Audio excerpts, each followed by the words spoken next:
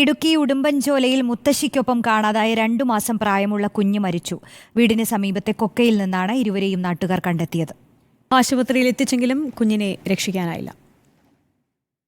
പുത്തൻപുരയ്ക്കൽ സലോമോന്റെ ഭാര്യ ജാൻസിയെയും മകൾ ചിഞ്ചുവിന്റെ 2 മാസം പ്രായമായ കുഞ്ഞിനെയുമാണ് പുലർച്ചെ 4:30 കാണാതായത്. തുടർന്ന് നാട്ടുകാരും ഉടുമ്പൻചോല പോലീസും നടത്തിയ തെരച്ചിലിൽ വീടിന് സമീപത്തു നിന്നും 200 മീറ്റർ അകലെയുള്ള 100 അടി താഴ്ചയുള്ള കൊക്കയിൽ നിന്നും 7:30 ഇരുവരെയും കണ്ടെത്തുകയായിരുന്നു. ശ്രമകരമായാണ് ഇരുവരെയും മുകളിലെത്തിച്ചത്. തുടർന്ന് ആശുപത്രിയിലേക്ക് മാറ്റിയെങ്കിലും കുഞ്ഞ് മരണപ്പെട്ടു. ചെറിയ പരിക്കുകളോടെ മുത്തശ്ശി ജാൻസിയെ അടിമാലി താലൂക്ക് ആശുപത്രിയിൽ പ്രവേശിപ്പിച്ചിരിക്കുകയാണ്.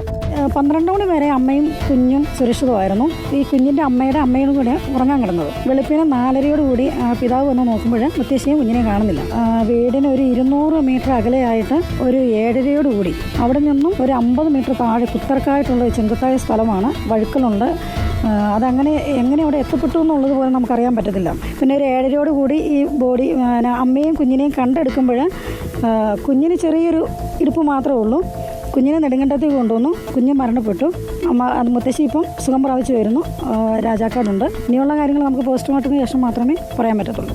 സംഭവത്തിൽ ദുരൂഹതയുണ്ടോ എന്നതടക്കം ഉടുമ്പൻചോല പോലീസ് അന്വേഷിച്ചു വരികയാണ്. പോസ്റ്റ്മോർട്ടത്തിന് ശേഷമേ കുട്ടിയുടെ മരണകാരണം വ്യക്തമാകൂ എന്നും പോലീസ് വ്യക്തമാക്കി. റിപ്പോർട്ടർ, ഇടുക്കി.